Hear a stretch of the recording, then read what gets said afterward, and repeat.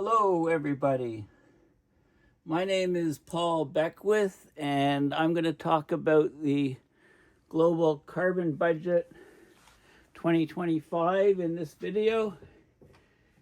This dog is crushing me. I think he's gaining weight. He's going to have to look at the treat situation, and he gets plenty of exercise.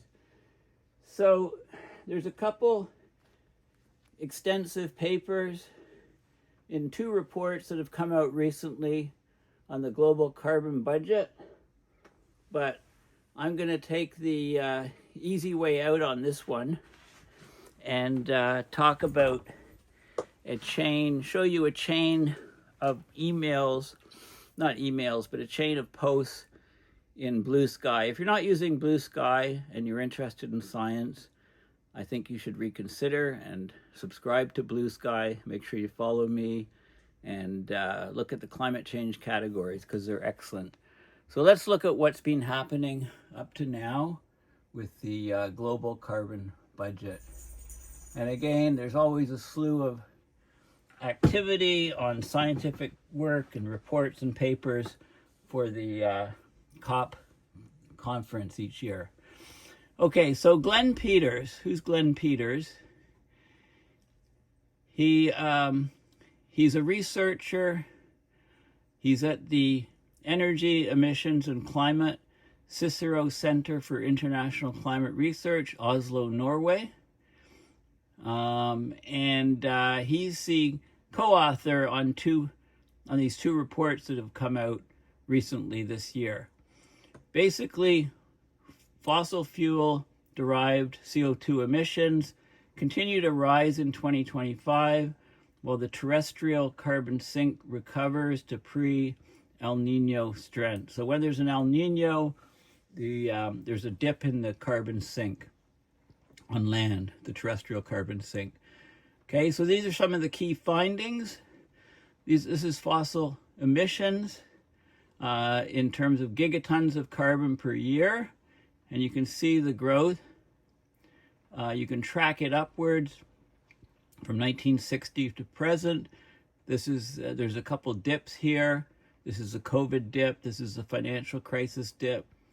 There's a dip here for various oil crises here and here. And this is the collapse of the Soviet Union. Dip here. So you can actually figure out what the little dips in the curves are. But the rise is inexorable. Land use emissions has actually decreased slightly. These are the emissions from cutting down forests and stuff. That's slowed down. That's decreased. That's again gigatons of carbon per year. The growth of carbon, CO2 in the atmosphere has greatly increased over the years. So this is the CO2 flux in terms of gigatons of carbon per year. And you can just follow it upwards and look at this very worrying trend, this spike. In 2020, for a few years it was flat and it's just taken off. The oceans sink as we load up the atmosphere with more and more anthropogenic human-caused emissions. The oceans are absorbing more and more and more. But there's a limit to that. There was a strong dip here. And, this is, it's tracking upwards. The oceans are still doing a tremendous service. This is where we're expected to be, for this year. But we can't expect this to continue, especially in the southern oceans, where most of this, I think 60-70% or something of this sink is in the southern hemisphere, the southern oceans. The land sink has been increasing, a lot of variability, but it's been increasing as there's more in the atmosphere. That can cause some fertilization effect and cause some increased growth, but there's a limit to that. It looks like it's flattening out here. The budget imbalance, CO2 flux, there's some things that aren't very well explained. Another main point is that global CO2 emissions from fossil fuel use are projected to rise 1.1% in 2025 There's a large range of that, 0.2 to 2.2. The emissions in China and India are projected to grow much less. Emissions in the USA and EU, European Union, are projected to grow this year, partly due to weather conditions, is the argument. So this is the global fossil CO2 emissions. There's more detail on this plot. This is CO2. I think the previous one was gigatons of carbon. So this is the CO2, which is more commonly quoted by the media. So we're approaching 40 gigatons for 2020 per year. This is the first oil crisis in the 70s, caused a flattening. Second oil crisis in the 80s caused another flattening. Dissolution of the Soviet Union in the early 90s caused another dip and flattening. This was the global financial crisis in 2007. And then the COVID-19 pandemic, the biggest drop, 5.6%. And here we are, so these dips occur, but it's like they're washed out within a few years. So the projection, 38.1 gigatons of CO2, when everything's said and done this year, 2025, that would be a 1.1% increase, but there is still uncertainty in that. The projected 2025 rise is driven by growth in all fossil fuels. So everything the cops are doing, everything people talk about, countries are doing, we still have growth of all fossil fuels. So coal is growing in the USA and India, declining in the European Union. Oil is growing in all regions. Natural gas is growing in all regions except India. And cement has an uncertain increase. So those things are all depicted here. So you can see, look at coal, right? It was going along at a rate here until look what happened after 2000. The growth hugely accelerated. The emissions from coal greatly took off, and then it flattened again about 2010. But look what happened from 2000 to 2010 in coal, huge rise. So it's projected at 15.9 gigatons of CO2. The vast majority of the CO2 emissions in 2025 is from coal. That's a 0.8% growth rate. This is oil next, so some changes here. The COVID dip and back up here. It's second at 12.6 gigatons of CO2. Gas is on a steady rise, just super linear, just a bit. You could draw a straight line pretty much through here, but it is curving up a little bit. This is natural gas, up 1.3%. And then cement coming along here. But there's a lot of uncertainty, up 0.5%. But look at the uncertainty, minus 1.5 to 2.6. Not sure why there's so much uncertainty. Now, this curve is by region. So China is flat at the moment. Don't call it a peak. We need to see what happens over a few more years. USA, up. Weather and gas prices causing it. India, low growth, early monsoon. EU, flat, mainly weather. Japan is down, continuing a trend. Shipping flat, aviation up, is above pre-COVID. Rest of the world up. So this is annual fossil CO2 emissions. This is the rest of the world up here. Look at China, big growth from 2000 to 2010. Then a little dip here, and then big growth.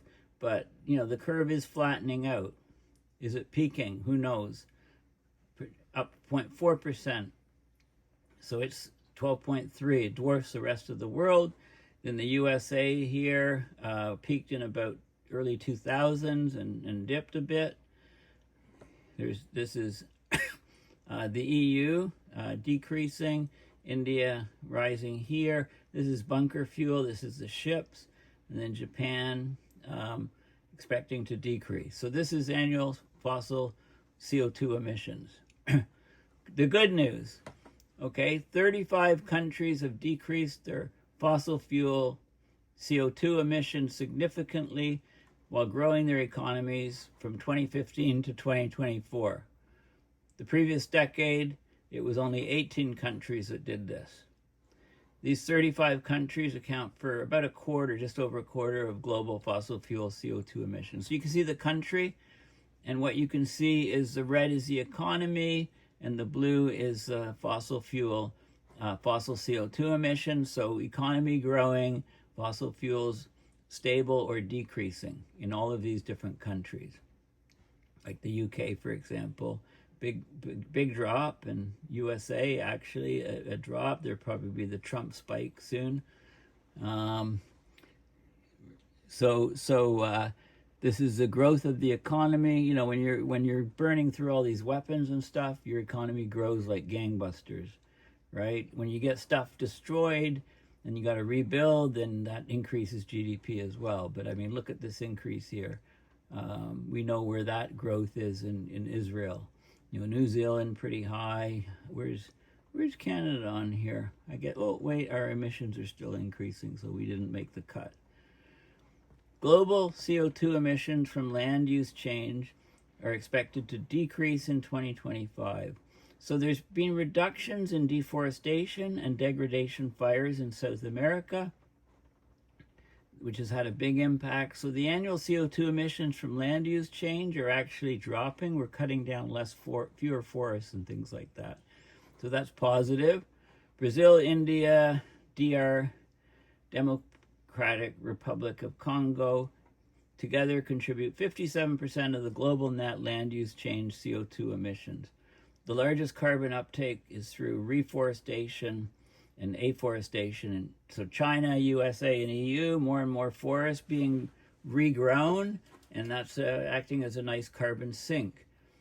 Substantial uptake occurs in Brazil, Russia, India, Indonesia. It's weighed by emissions from deforestation. So this is the annual CO2 fluxes from land use changes. You can see Brazil, huge emissions, peaking at about 2000. You know, they were just raising the rainforests, and then that was cut back. It's rising again. Indonesia, huge fire years. There's huge emissions. When there's not fire years and more rain, there's more forest growth, fewer fluxes from land use change. But the most variability looks like it's in Indonesia. This is the Congo, red. And look at China.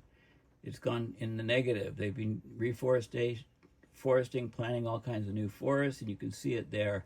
So China's doing a lot of things right. Total anthropogenic CO2 emissions. It's the sum of fossil fuel emissions and land use change emissions.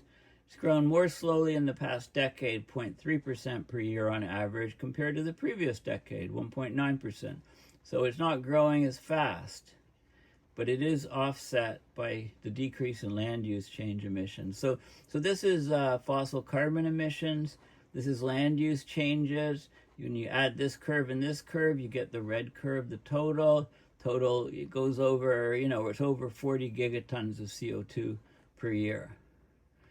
The land and ocean CO2 sinks were reevaluated based on stronger evidence and new understanding. So this is a big concern. If we start decreasing the land and ocean sinks for CO2, then all bets are off. Climate change is going to greatly accelerate even more. But they're still absorbing significant amounts of carbon. The ocean CO2 sink was reevaluated upwards, taking up 29% of the total emissions. So the ocean, about 29%, about a third of all the emissions are taken up by the ocean CO2 sink. Most of that is in the southern hemisphere, I think 60% or so. The land CO2 sink is taking up less than we thought. It takes up 21% total emissions. Add those two, and it takes up half of the emissions. Half. And there's a Nature article about it, and you can see the reevaluation. This is land use emissions. The land sink is not as big as we thought. Ocean sink is actually bigger than we thought. Okay? The land and ocean CO2 sinks. The land sinks 25% smaller. The ocean CO2 sinks 7% smaller than they would have been without the effects of climate change and variability. So climate change is changing the ability of the oceans and the land to be sinks. And it's combined about 20% a factor.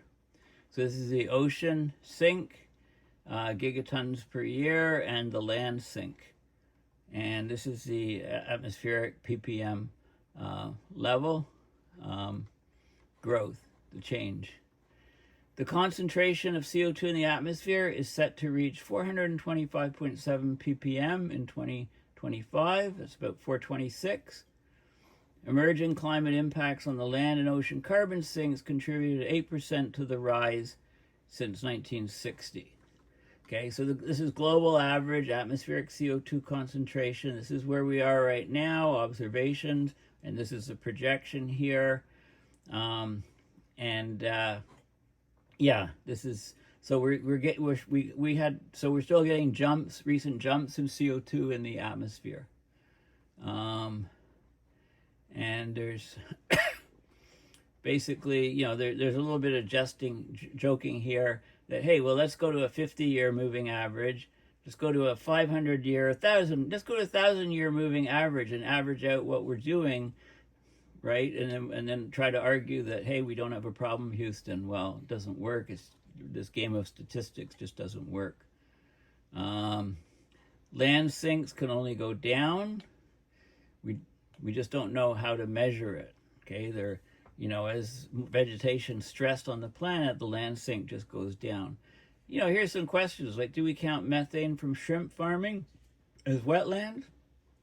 Do we count albedo cloud loss due to primary deforestation? How do we count that? Emerging climate impact on carbon sinks in a consolidated carbon budget. There's a paper about that. This is area of tree cover loss. For example, within 2001 primary forest extent, comparing it to 2001, you can see a big jump here in loss of primary forest cover. No photosynthesis means no oxygen, no lipids, no protein, no sugars, and no life. Burning fossil fuels is like smoking. We risk something bad in the future. Deforestation is like suicide by cutting off vital organs. We would all be dead today had we not started burning fossil fuels, but deforested. So, yeah, if we didn't figure out how to get coal and oil and stuff out of the ground and we just burn trees to power our society, we'd have no more trees in the world. We'd all be dead. That's what the argument is saying. Interesting that we fly in ever more directions blind. This was a comment by Yan. Very, very true.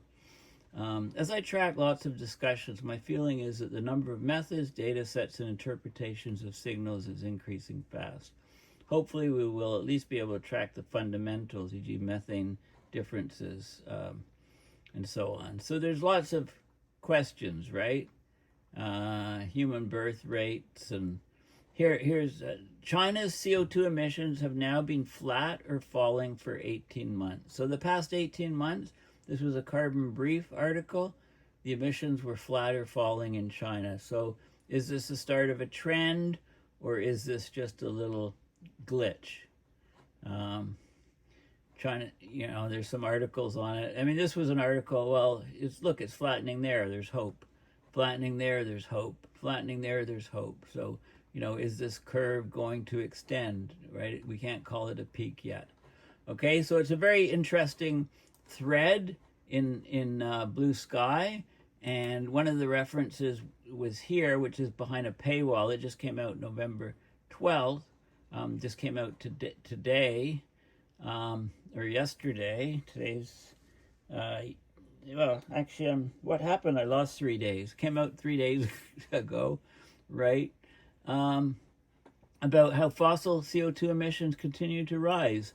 Despite Paris Agreement 10 years ago in 2015, pushing atmospheric CO2 levels to 423 ppm in 2024, driving human-induced warming within years of breaching the limit. Well, we did breach it for 1 year. Talks about the ocean sink, climate change reducing the efficiency of the sinks, particularly on land, contributing 8.3 ppm to atmospheric CO2 since 1960. So that rise of CO2 is becoming more and more because of reduction of efficiency of sinks, according to this paper. That's a big concern. I'll have to get through the paywall get it from somewhere. And this is so again, Glen Peters is one of the authors on this paper. And then of course there's this paper, Global Carbon Budget. There's a few authors here. Glen Peters is there, right? The guy who's been posting on BlueSky. This is like 139 pages, so I'll let you read it in detail, and I'll carefully watch for your video when it comes out on it. I'm just going to go down to some of the diagrams here. So let's go down to some of the figures. So this is where the figures start on page 123. So we've got the standard atmospheric CO2 concentration with the yearly fluctuation and the rise. This is the Keeling curve, of course. We've got the global carbon cycle. So this is from 2015 to 2024. You can see the gas, oil, and coal being burned, fossil fuels going up. This is what, in gigatons of carbon per year. You can see the vegetation soaking up some of it, some permafrost exchanges, melting and forming, the vegetation in the carbon in the soils, the carbon in the vegetation, rivers and lakes cycling, coastlines, the atmospheric CO2 level rising, going up, 5.6 gigatons of carbon there, how much is being sunk into the oceans and cycled, organic carbon in the oceans, marine life in the ocean, sediment, dissolved inorganic carbon sitting on the seafloor, etc. So it shows you the reservoirs of carbon and the fluxes of carbon, the changes, and so you get a budget out of it. And you can see where the carbon is going. These are anthropogenic fluxes, 2015 to 2024, average gigatons of carbon per year. So this is this will be the splash screen of my video. This is like one of the key figures of what we're talking about. And then you can go and look at partitioning among different types of fuels. And I've shown you a lot of these other graphs and stuff already. So it's all there. You've got the executive summary. If you want the full details, you can go and read the paper. Maybe I'll do a separate video on the full details. I don't know, you can let me know what your thoughts are on that. Anyway, please consider going to my website, paulbeckwith.net, donating to PayPal to support my research and videos. Thanks for listening, and bye for now.